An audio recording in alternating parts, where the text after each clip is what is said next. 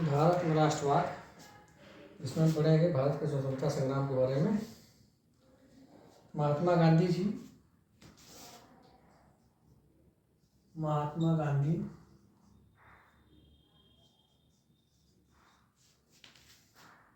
दक्षिण अफ्रीका से लौटे।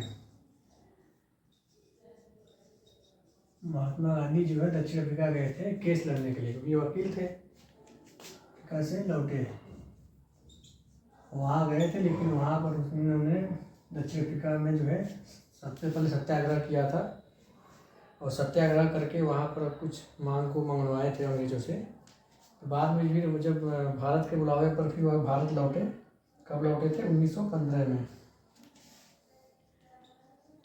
महात्मा गांधी दक्षिण अफ्रीका से लौटे 1915 ईस्वी में लौटे थे, और सत्याग्रह का प्रयोग सबसे पहले दक्षिण अफ्रीका में किए थे। सत्याग्रह का अर्थ क्या होता है, लिख लीजिए। सत्याग्रह, सत्याग्रह क्या है? सत्याग्रह का अर्थ होता है सत्य के लिए आग्रह, यानी दुश्मनों को हानि पहुंचाए बिना अपनी बात को मनवाना। दुश्मनों को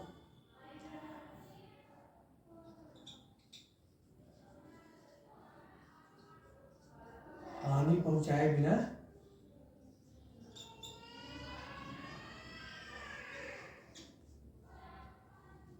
अपनी बात को मनवाना।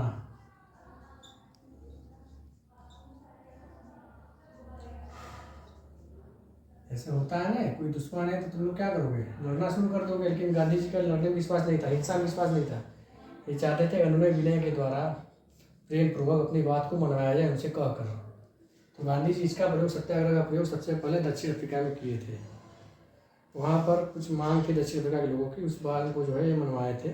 उसके बाद भारतवासियों के आग्रह पर जो है गांधी जी दक्षिण अफ्रीका से वापस लौटे थे 1915 में। और 1915 में लौटते ही जो सबसे पहले वो काम किए थे, सबसे पहला जो आंदोलन था उनका, तो दूसरा क्वेश्चन लिखिए। गांधी जी का प्रथम आंदोलन। गांधी जी जब भारत लौटे तो उनका प्रथम आंदोलन जो था 1916 में बिहार के चंपारण में हुआ था। बिहार के चंपारण जिले में। चंपारण जिले में किसानों की समस्याएं थी, उस समस्या को गांधी जी समाधान किए थे। मांग जो था किसानों का कि लगान को कम किया जाए, उस लगान को गांधी जी कम करवाए थे बिहार में। तो गांधी जी का ये पहला सफल आंदोलन था। उसके बाद फिर बारडोली सत्याग्रह भी किए थे। उसके बाद गुजरात में मिलों के लिए मिल मालिक थे, उनके खिलाफ भी गांधी जी जो है अपना आंदोलन चलाए थे। ठीक है, दूसरा देखेंगे। देखिए उसी समय जो है 1919 में रॉलेट एक्ट आया था। रॉलेट एक्ट, दूसरा question. Rowlatt act. Rowlatt act क्या है, दूसरा क्वेश्चन। 1919 में, लिखिए इसको। 1919 में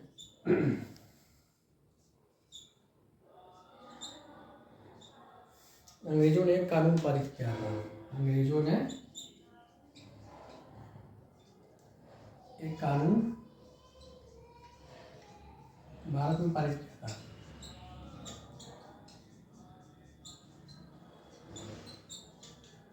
इस कानून में क्या था?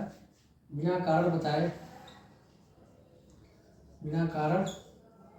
बताए गिरफ्तारी किया जा सकता है। गिरफ्तारी। इस कानून का था न वकील न दलील, न वकील न दलील,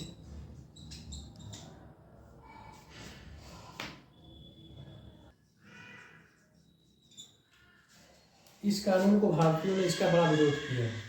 भारतीयों ने इसको काला कानून कहा। भारतीयों ने क्या किया? इसको काला कानून।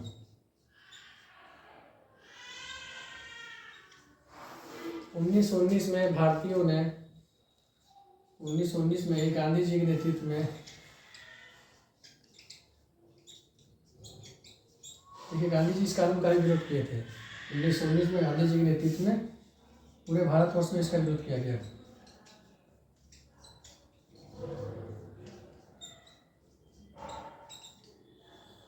पूरे भारतवर्ष में इसका विरोध। ठीक है। इसी समय एक घटना हो गई थी जलियांवाला बाग हत्याकांड 1919 में ही। लिख लीजिए दूसरा तीसरा क्वेश्चन, जलियांवाला बाग हत्याकांड।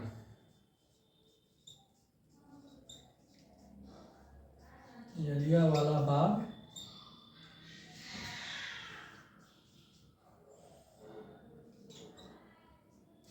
क्या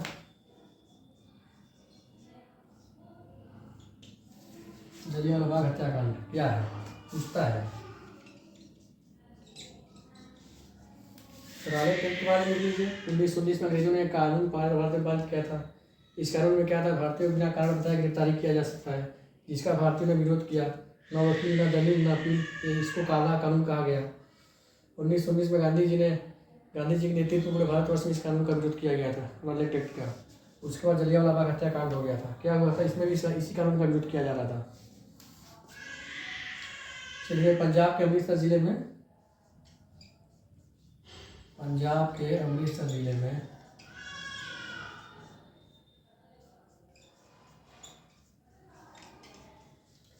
जलियांवाला बाग में एक सभा हो रही थी। जलियांवाला बाग क्या है, जलिया एक व्यक्ति का नाम था, उसी का बाग था, उसी के नाम पर पड़ा इसका जलियांवाला बाग। जलिया बाग में सभा थी। सभा क्यों थी, सभा इसलिए थी राले टेक्ट का विरोध किया जा रहा था उस सभा में। लेकिन उस समय क्या था, पंजाब में मार्शल लॉ लगा था, या अमृतसर में मार्शल लॉ लगा था।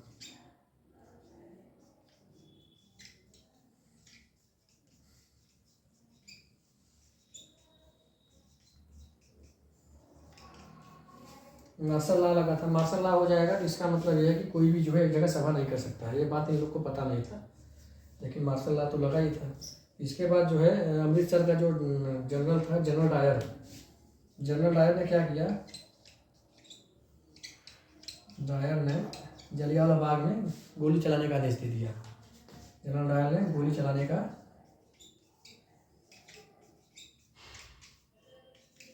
आदेश दिया। इसी तरह से लिखना है सब अपने शब्दों में, इसलिए मैं लिख कर बता रहा हूँ। जनरल डायर ने गोली चलाने का आदेश दिया, जिसकी वजह से हजारों व्यक्ति मारे गए। हजारों की संख्या में व्यक्ति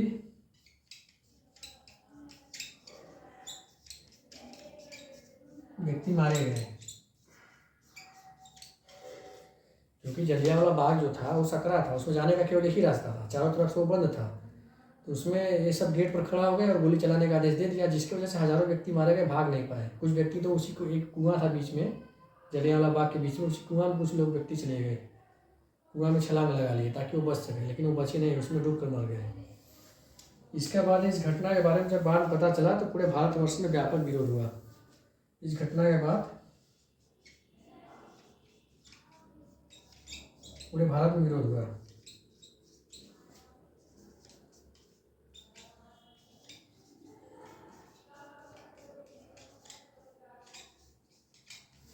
अच्छा, उसी समय इस घटना का सभी लोग विरोध किया। उस समय रविन्द्रनाथ टैगोर जी थे, उन्होंने जो है सर की उपाधि जो है वापस कर दी थी।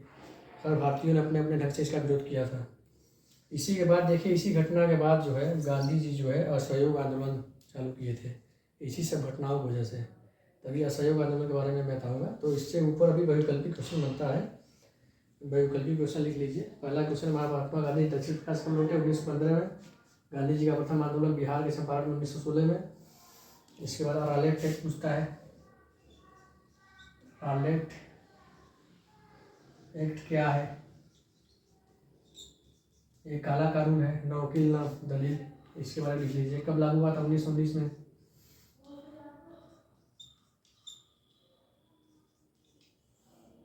अच्छा पूछता है, जलियांवाला बाग हत्याकांड कब हुआ था?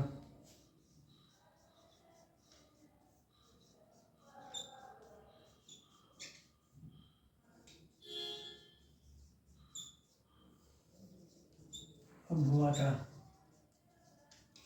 आंसर क्या हो जाएगा इसका? 13 अप्रैल 1919 ईस्वी में। ठीक। बाकी जलियांवाला बाग कहाँ पर है? अमृतसर में है।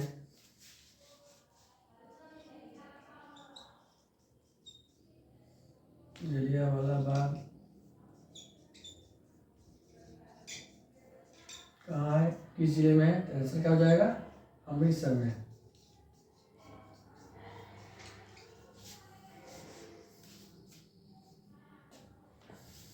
ठीक, इतना क्वेश्चन सभी लोग एक बार दोहरा लेगा।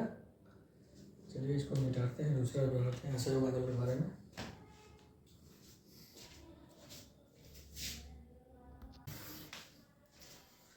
असहयोग आंदोलन, असहयोग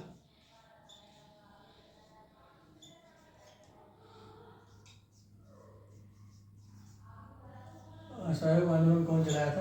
असहयोग आंदोलन 1920 में गांधी जी के नेतृत्व में चलाया गया था। गांधी जी के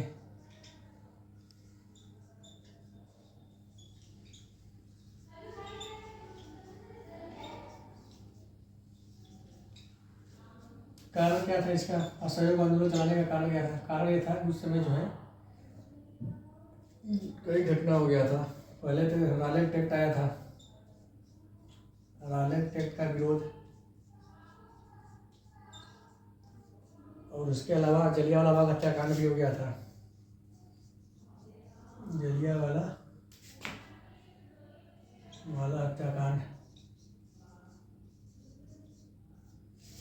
रॉलेट एक्ट था, जलियांवाला बाग हत्याकांड था। इसके अलावा भारत के लोग जो है अंग्रेजों से मुक्ति चाहते थे, ये भी कारण था। इन सब कारणों की वजह से गांधी जी जो है 1920 में आंदोलन चलाए थे। उस समय तो क्या हुआ था, आंदोलन का प्रभाव क्या हुआ था? प्रभाव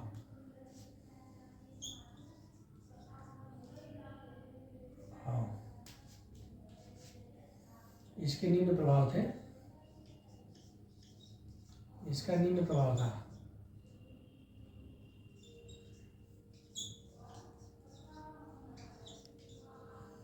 असहयोग आंदोलन का अर्थ होता है असहयोग न करना। गांधी जी चाहते थे कि जो सरकार का सहयोग न किया जाए, सरकार का विरोध किया जाए और हिंसा न हो, अहिंसक तरीके से विरोध किया जाए। इसका कई प्रभाव पड़ा। इसको हम 3 स्तर पर समझेंगे। शहरी स्तर पर प्रभाव, इसमें लिखेंगे शहरी स्तर का प्रभाव,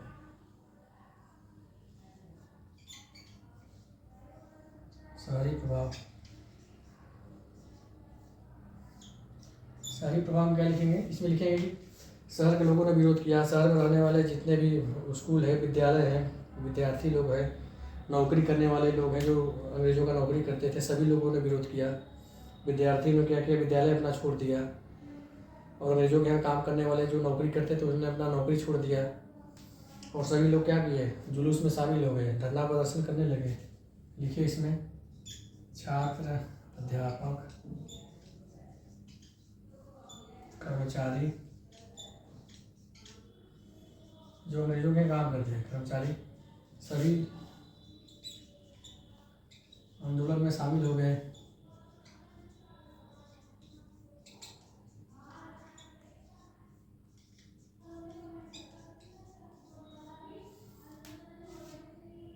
जगह जगह जुलूस निकाला गया।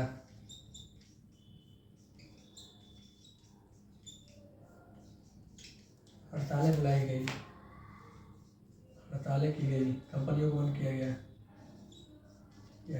खास तौर से अंग्रेजों का, अंग्रेजी कंपनी जो थी। तो शहरी क्षेत्र का प्रभाव हो गया। उसका ग्रामीण क्षेत्र का प्रभाव जानेंगे। ग्रामीण क्षेत्र का प्रभाव,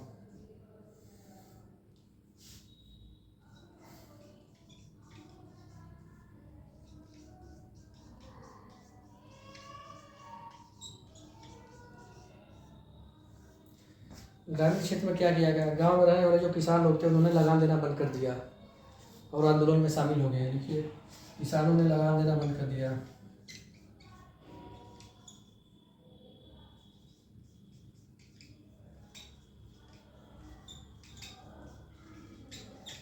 इसके नाई धोबी बंदी अपनाई गई।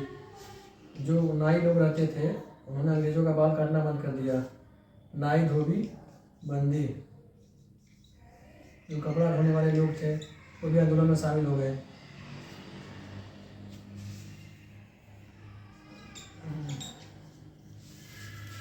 उन्होंने अंग्रेजों का कपड़ा धोना बंद कर दिया। और गांव के सभी लोग जो है आंदोलन में शामिल हो गए थे। गांव में भी जुलूस निकाला जाने लगा था। इसके बाद हम लिखेंगे बागानों में क्या प्रभाव पड़ा। बागानों में प्रभाव, क्योंकि बाग जो है अंग्रेज उस समय ज़्यादातर चाय का बागान लगाए हुए थे। असम में जो है चाय का बागान लगा हुआ था, और बागानों में भी जो काम करने वाले जो मजदूर लोग थे, उन लोग भी आंदोलन में शामिल हो गए और बागानों में काम करना जो है बंद कर दिए। बागानों में प्रभाव, इसमें लिखेंगे बागों में काम करने वाले, चाय के बागों में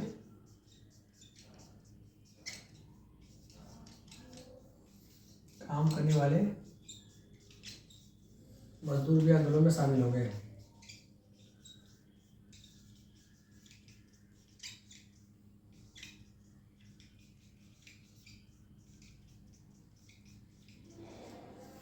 शामिल हो गए। हेडिंग डालते हैं कि शहरी क्षेत्र का प्रभाव, ग्रामीण क्षेत्र का प्रभाव,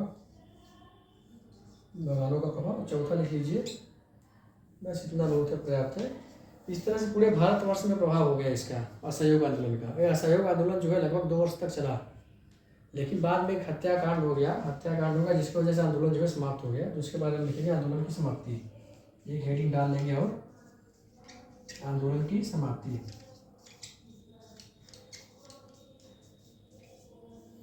देखिए आंदोलन समाप्त कैसे हुआ क्या कि उत्तर प्रदेश में गोरखपुर जिले में चौरी चौरा नामक स्थान है, और चौरी चौरा नामक स्थान पर जो है थाने को जो है आग लगा दिया गया, जिसमें बहुत से पुलिसकर्मी जो है मारे गए थे। जब ये बात गांधी जी को पता चला तो गांधी जी बहुत नाराज हुए और आंदोलन को वापस ले लिए। क्यों आंदोलन को वापस ले लिए? क्योंकि गांधी जी जो आंदोलन चला रहे थे पूरी तरह से अहिंसात्मक तरीके से चला रहे थे, इसमें हिंसा का कोई स्थान नहीं था। लेकिन जब इस आंदोलन में हिंसा होने लगा तो गांधी जी जो है नाराज होकर आंदोलन को वापस ले लिए, क्योंकि इस उनके सिद्धांतों के खिलाफ था। इसमें लिख लीजिए 1922 में गोरखपुर जिले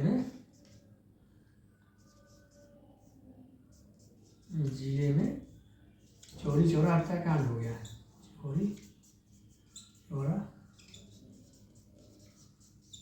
कांड हुआ, जिससे गांधी जी आंदोलन वापस ले लिए।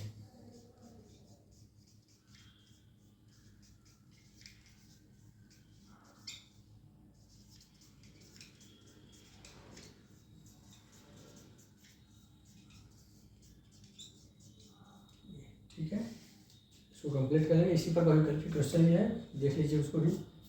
पहला क्वेश्चन बनेगा असहयोग आंदोलन कब चलाया गया या किसके द्वारा चलाया गया? असहयोग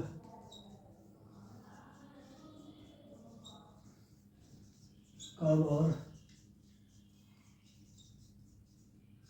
किसके द्वारा चलाया गया?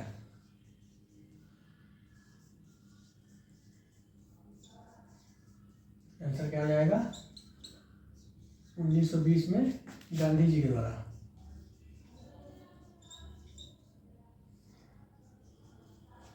दूसरा, असहयोग आंदोलन कब समाप्त हुआ?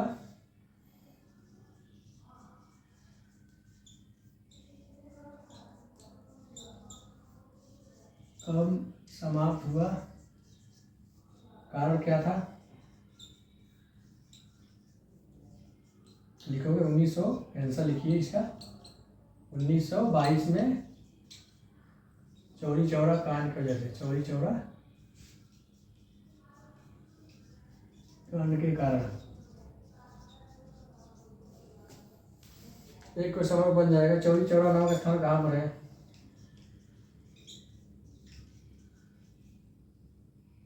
चौरा हत्याकांड कहाँ हुआ था? आंसर क्या हो जाएगा? चौरी चौरा कांड हत्याकांड कहाँ हुआ था? उत्तर प्रदेश के गोरखपुर जिले में। इसको लिख लीजिए। उस समय संयुक्त प्रदेश था, उसका नाम था संयुक्त प्रदेश। संयुक्त प्रदेश के गोरखपुर जिले में।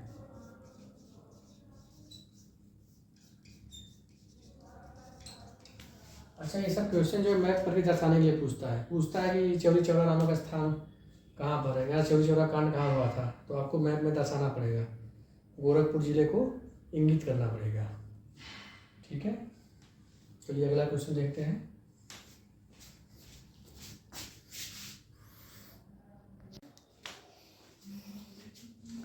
सविनय अवज्ञा आंदोलन।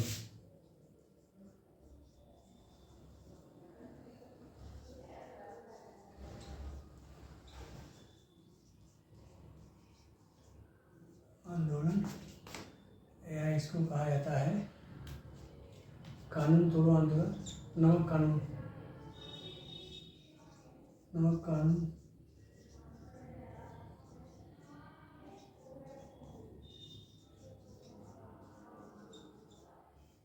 नमक कानून तोड़ो आंदोलन, सविनय अवज्ञा आंदोलन या नमक कानून को तोड़ो आंदोलन। इसमें क्या किया गया था? इस आंदोलन में नमक कानून को तोड़ा गया था।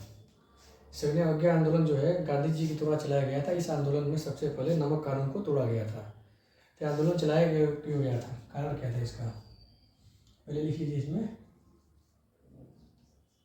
गांधी जी के द्वारा 1930 में आंदोलन चलाया गया। कारण क्या था? मुख्य कारण था गांधी जी की 11 सूत्री मांग थी। गांधी जी की 11 सूत्री मांग, इसमें 11 मांग था और प्रमुख मांग क्या था? इस गांधी जी 11 सूत्री मांग में नमक कानून को हटाया जाए, यानी कि नमक कानून पर, नमक पर जो टैक्स लगता है यानी नमक कर को समाप्त किया जाए। नमक कर को समाप्त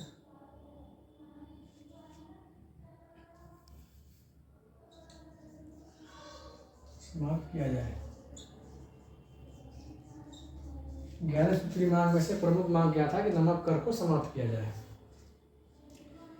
तो बाद में क्या हुआ? गांधी जी जो है एक लेटर लिखे थे, उसमें 11 सूत्र, उसमें 11 मांग था। तो उसमें से एक मांग प्रमुख रूप से था कि नमक से जो है कर को हटा लिया जाए, क्योंकि उस समय जो नमक पर कर लगता था जिसके वजह से नमक बहुत महंगा मिलता था, जो कि भारतीयों को खरीदने में बहुत दिक्कत होता था। और गांधी जी समस्या का समाधान करने के लिए इरविन को जो है एक लेटर लिखे थे। उस समय वायसराय जो था इरविन था, उसी को गांधी जी एक लेटर लिखे थे। लेकिन इरविन ने क्या किया? गांधी जी के मांग को अस्वीकार कर दिया। गांधी जी की जब मांग को अस्वीकार कर दिया गया तब गांधी जी विवश होकर आंदोलन प्रारंभ किए। देखिए आंदोलन, आंदोलन के बारे में लिखना होगा। तो गांधी जी जो आंदोलन है सबसे पहले कहाँ से शुरू किए थे? साबरमती से। गांधी जी का जो आश्रम था वो साबरमती में था, वहीं से इस आंदोलन को प्रारंभ किए थे। वहाँ से लेकर एक पैदल मार्च निकाले थे। वहाँ से पैदल मार्च जो है यात्रा करते करते दांडी तक पहुँचे थे। दांडी भी जो था गुजरात में स्थित था, समुद्र के किनारे स्थित एक छोटा सा शहर था उस समय। वहीं पर जाकर नमक को बनाए और नमक कानून को तोड़ा। इसमें हम लिखेंगे गांधी जी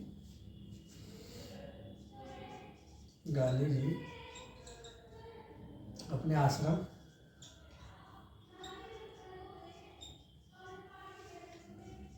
साबरमती से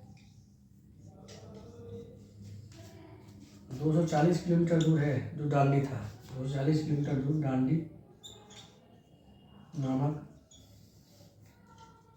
स्थान तक अपने 178 अनुयायी के साथ, गांधी जी के साथ 178 अनुयायी उनके साथ चल रहे थे। अनुयायी के साथ पैदल मार्च निकाले, पैदल मार्च निकाले, यात्रा प्रारंभ किए भी लिख सकते हैं, पैदल यात्रा प्रारंभ की है।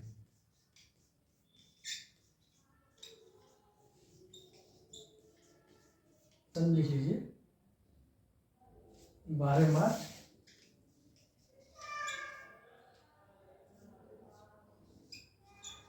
1930 को। उसके बाद जो है 6 अप्रैल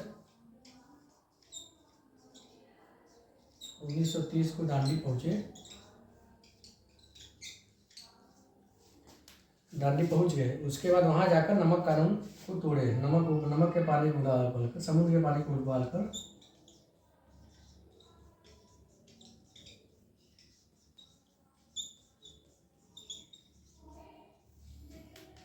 उबाल कर नमक बनाया तथा नमक कानून को तोड़ा। क्योंकि उस समय क्या था, कोई भी आम भारतीय जो है नमक नहीं बना सकता था। नमक उन्हीं लोगों को बना देना पड़ेगा जिसके पास लाइसेंस होगा, जो अंग्रेजी सरकार को टैक्स देगी। इसी कानून का तो गांधी जी विरोध कर रहे थे, इसलिए वो क्या किए, समुद्र के पानी को उबाल कर नमक बनाए और नमक बना के और इस तरह से नमक कानून को तोड़े। तो देखिए इस यात्रा का असर क्या हुआ। जब गांधी जी जब यात्रा निकाल रहे थे तो पूरे देश में एक जागृति फैल गई थी। गांधी जी यात्रा नहीं निकाल रहे थे पैदल, पूरा देश पैदल उसमें चल रहा था और जगह जगह जो है नमक कानून को तोड़ा गया।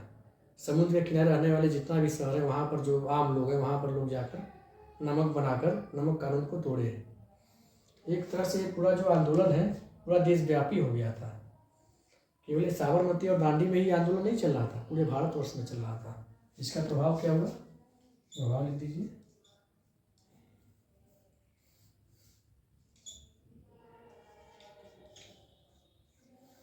इसे लिख दीजिए, पूरे देशवर्ष में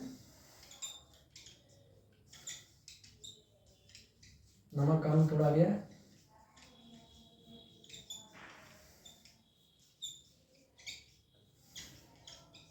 विदेशी वस्तुओं का बहिष्कार किया गया, विदेशी वस्तुओं का भी बहिष्कार किया गया उसमें।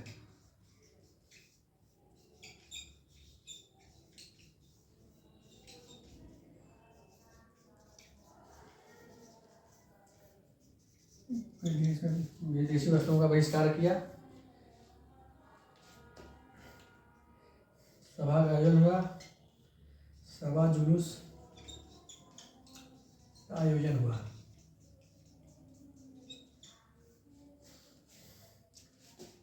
देश में राष्ट्रीय चेतना का विकास हुआ। राष्ट्रीय चेतना का मतलब क्या हो गया, मतलब यानी राष्ट्रवाद का भाव मजबूत हुआ। राष्ट्रवाद के बारे में जानते हैं, बताएं थोड़ा देर पहले। राष्ट्रीय चेतना का विकास हुआ।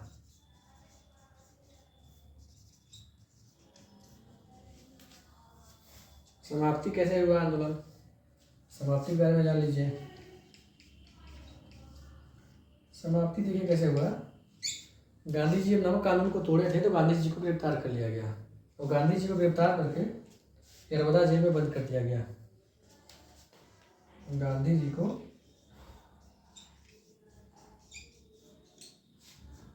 गिरफ्तार किया गया।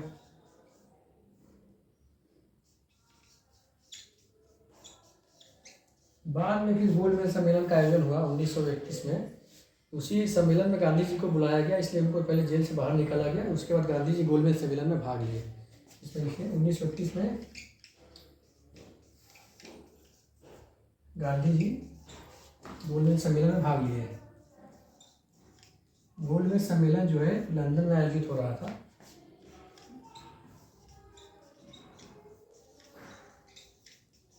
भाग लिए। अच्छा, गांधी जी लंदन क्यों गए थे? लंदन इसलिए गए थे, वो गए थे भारतीयों की स्वतंत्रता की मांग करने के लिए। क्योंकि इससे पहले वर्ष 1929 में जो है लाहौर अधिवेशन में कांग्रेस ने पूर्ण स्वराज की मांग की थी। उसी स्वराज की मांग करने के लिए, स्वतंत्रता की मांग करने के लिए गांधी जी लंदन गए थे और गोलमेज सम्मेलन में गए, शामिल हुए और वहाँ अपनी मांग को रखे। लेकिन जो है गांधी जी की मांग को माना नहीं गया, इसलिए गांधी जी जो है निराश होकर वापस लौटे और वापस लौटते ही फिर आंदोलन जो है चालू करा दिए, जो 1931 में थोड़ा देर के लिए बंद हुआ था, लेकिन सविनय आंदोलन जो है फिर प्रारंभ हो गया। गांधी जी निराश होकर वापस लौटे, इसलिए लिख लीजिए गांधी जी वापस लौटे।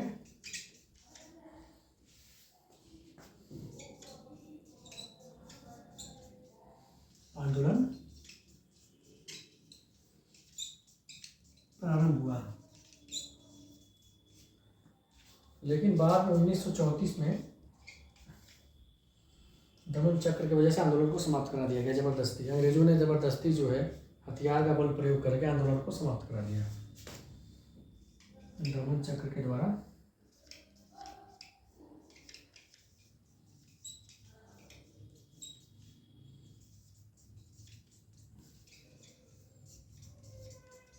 समाप्त किया। ठीक, इस पर लिख लीजिएगा। इसमें क्वेश्चन पूछेगा सविनय अवज्ञा आंदोलन कब प्रारंभ किया गया, तो बताएंगे 1930 में। नमक कानून क्या है, तो वही बताना होगा, सविनय अवज्ञा आंदोलन के बारे में पूरा लिखना होगा। ठीक है।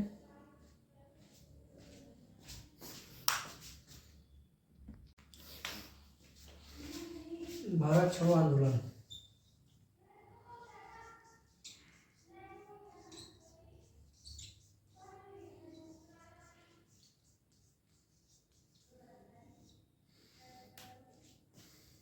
भारत छोड़ो आंदोलन जो है महात्मा गांधी जी के नेतृत्व में किया गया था।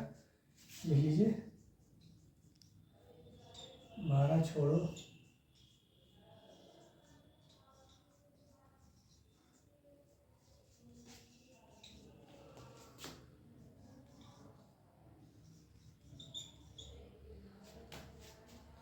में प्रारंभ किया। हुआ क्या था इसमें, कांग्रेस का अधिवेशन होता है प्रत्येक वर्ष। तो उस वर्ष 1942 में कांग्रेस का अधिवेशन जो है बम्बई में हो रहा था। इसमें लिखेंगे 8 अगस्त 1942 को कांग्रेस का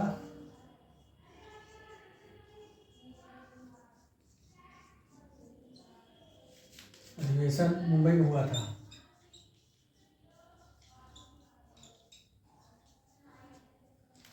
और अधिवेशन में अध्यक्षता जो है महात्मा गांधी जी कर रहे थे।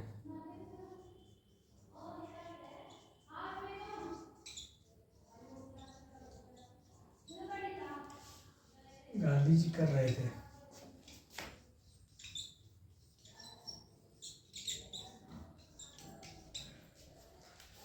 और अधिवेशन में ये मांग किया गया, इस मांग को जो है पारित कर दिया गया कि अंग्रेजों को जो है भारत छोड़ना चाहिए। यानी कि 8 अगस्त को रात्रि को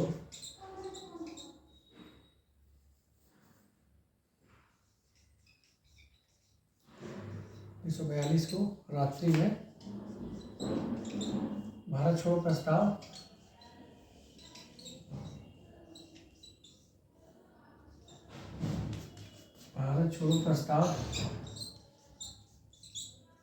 पारित किया गया।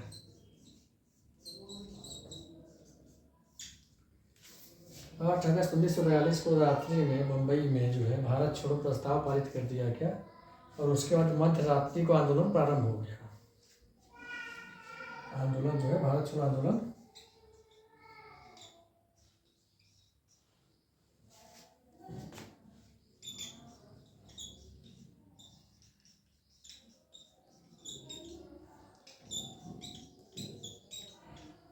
प्रारंभ हुआ, जिसमें गांधी जी ने भाषण दिया था और नारा दिया था करो या मरो। जिसमें गांधी जी ने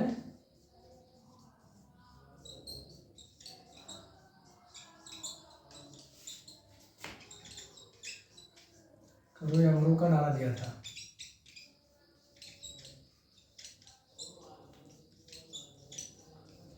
उसी दिन रात्रि को गांधी जी अपना ऐतिहासिक भाषण दिए थे, करो या मरो का नारा दिया। लेकिन हुआ क्या, आंदोलन बहुत तेजी से फैली, पूरे देश भर में फैलने लगी तेजी से, जगह जगह विरोध प्रदर्शन होने लगा।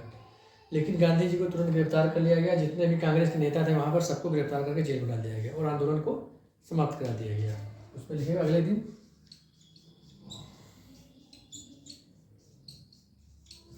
गांधी जी को गिरफ्तार करके गांधी जी सहित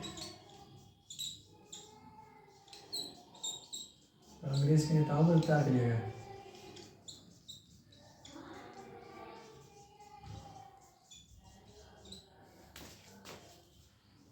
गिरफ्तार किया गया और आंदोलन को